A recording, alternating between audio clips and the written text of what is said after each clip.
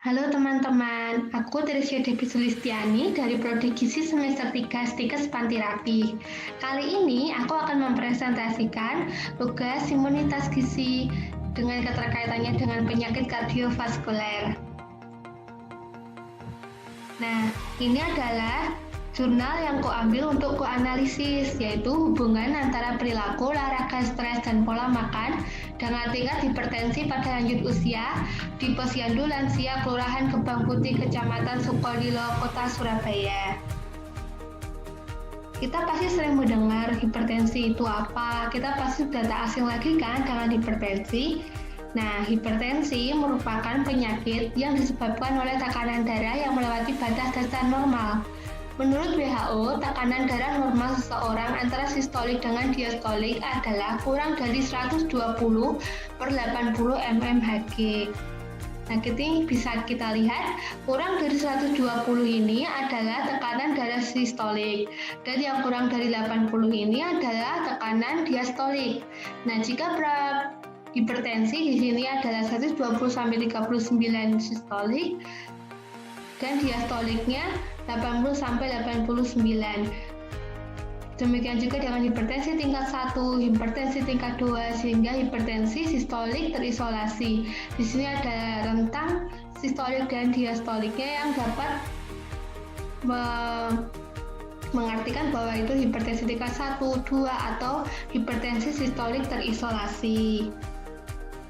Nah, ini adalah prevalensi hipertensi di Indonesia menurut Riskesdas dari tahun 2013 dan tahun 2018.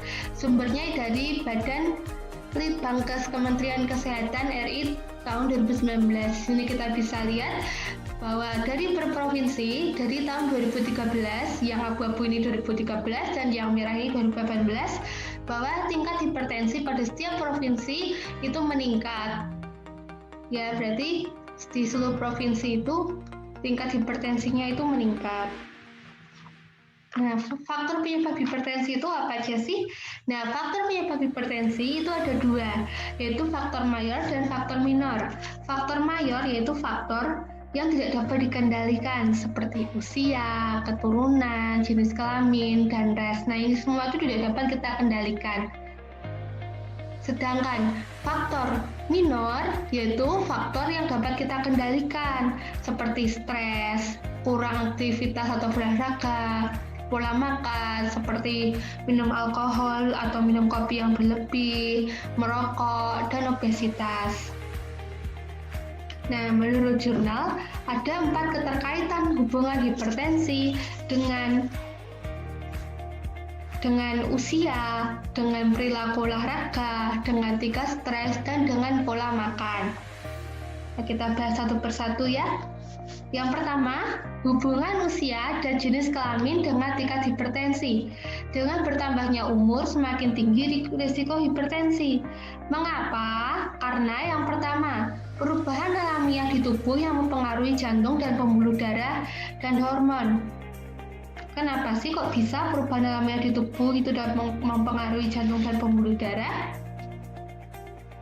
Karena semakin bertambahnya usia pada lansia, maka sistem organ-organ tubuh itu akan menurun dan mengalami proses penuaan. Jadi proses penuaan itu dapat menurunkan sistem kekebalan tubuh.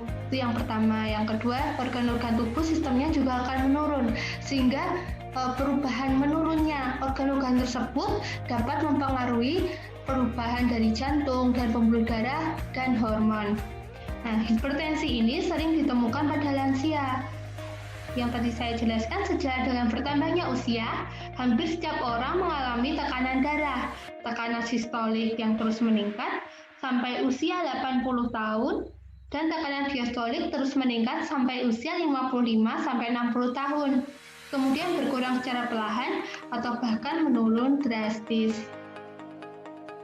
Nah, yang kedua itu penyakit menahun pada organ dalam sehingga dapat mempercepat proses penuaan pada kulit karena gangguan sel alat tubuh. Mengapa? Karena berbagai penyakit menahun pada organ dalam itu contohnya seperti DM, arteriosklerosis. Arteriosklerosis itu adalah dinding pembuluh darah yang kaku dan menyebar, dan penyakit turunan lainnya. Itu adalah contoh dari penyakit menahun. Karena penyakit menahun ini tadi itu dapat mempercepat proses penuaan pada kulit. Nah, yang menurut jenis kelamin, laki-laki itu lebih rentan terkena hipertensi pada usia 45-64 tahun. Sedangkan wanita itu lebih tinggi setelah umur 55 tahun, yaitu setelah saat menopause. Yang selanjutnya yaitu hubungan perilaku olahraga dengan hipertensi. Olahraga memiliki manfaat untuk meningkatkan kerja dan fungsi jantung, penumpukan asam laktat berkurang, meningkatkan HDL kolesterol. HDL kolesterol itu adalah lipoprotein densitas tinggi, merupakan salah satu golongan lipoprotein di mana kandungan protein lebih banyak dibanding lemak. HDL itu berfungsi untuk mengambil kelebihan kolesterol dari sel-sel dan jaringan tubuh untuk kembali dibawa ke liver dan mengurangi arteriosklerosis. Nah, jika aktivitas atau olahraga itu sangat mempengaruhi terjadinya hipertensi, di mana pada orang yang kurang aktivitas akan cenderung mempunyai frekuensi denyut jantung lebih tinggi, sehingga otot jantung akan harus bekerja lebih keras pada setiap kontraksi.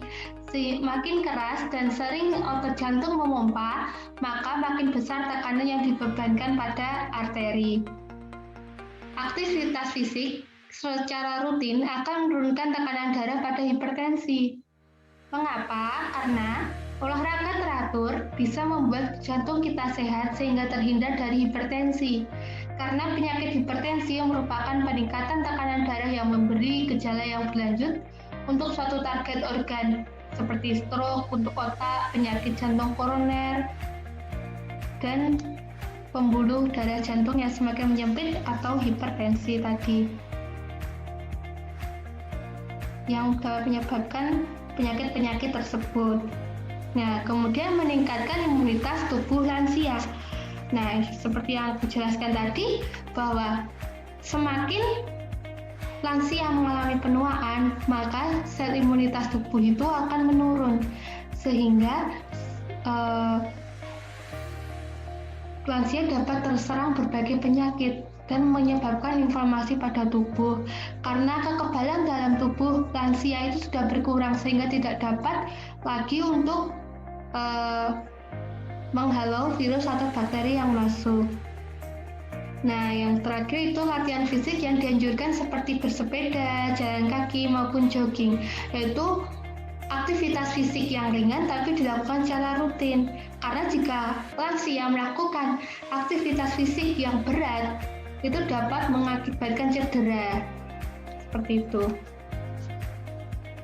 Nah, selanjutnya hubungan stres dengan hipertensi.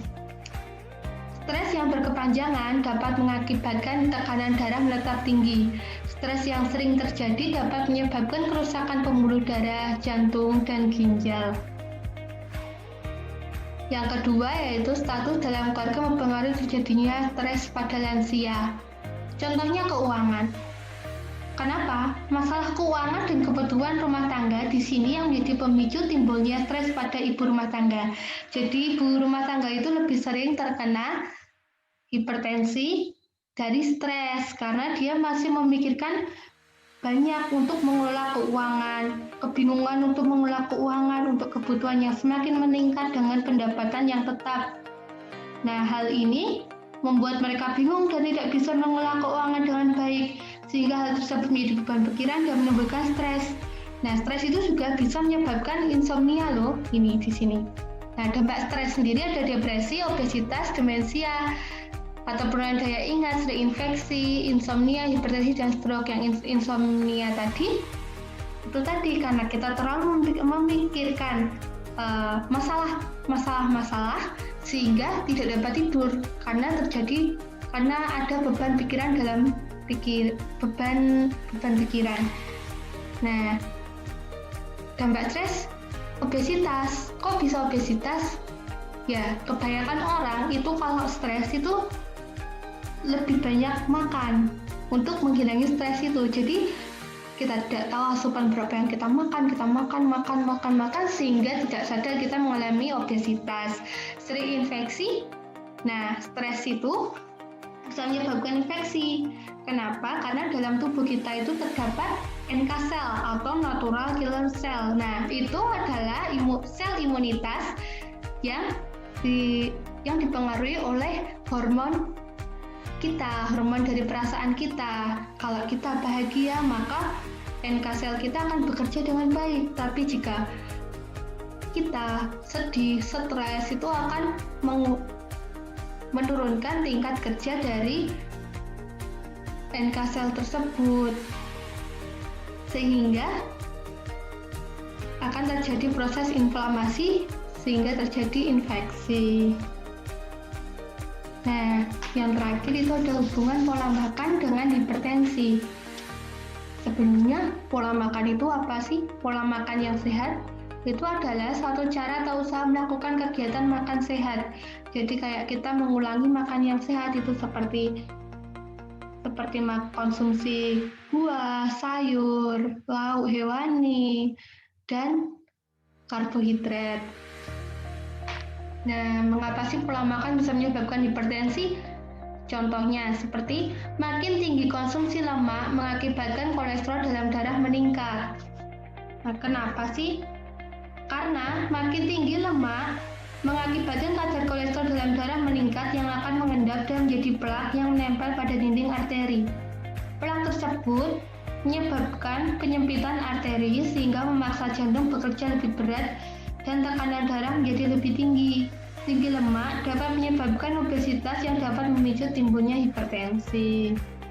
Yang kedua, konsumsi garam berlebih atau makanan yang diasinkan dapat menaikkan tekanan darah. Karena garam mempunyai sifat menahan air. Mengkonsumsi garam yang berlebih atau makanan yang diasinkan dapat menaikkan tekanan darah. Oleh sebab itu, sebaiknya jumlah garam yang dikonsumsi dapat dibatasi, yaitu 3 gram per hari. Kemudian konsumsi kafein melebihi batas normal akan mengakibatkan hipertensi, karena kafein dapat merangsang kelenjar adrenal untuk melepaskan adrenalin lebih banyak. Hal ini bisa mengakibatkan peningkatan tekanan darah. Selain itu, kafein juga membuat diameter pembuluh darah mengecil, sehingga turut berkontribusi terhadap naiknya tekanan darah. Dan yang terakhir, konsumsi gula berlebih dapat meningkatkan berat badan dan menyebabkan hipertensi. Kebanyakan lansia mengkonsumsi gula untuk membuat teh atau makanan lain. Gula tersebut jika dikonsumsi berlebih dapat meningkatkan berat badan. Kelebihan berat badan memberikan pengaruh buruk pada tekanan darah. Penderita obesitas berisiko 2-6 kali lebih besar untuk terserang hipertensi dibandingkan orang dengan berat badan yang normal. Sekian presentasi dari saya. Jika ada pertanyaan bisa langsung dituliskan dalam kolom komentar. Kemudian sumber dan referensinya sudah saya cantumkan di deskripsi. Sekian dari saya. Terima kasih.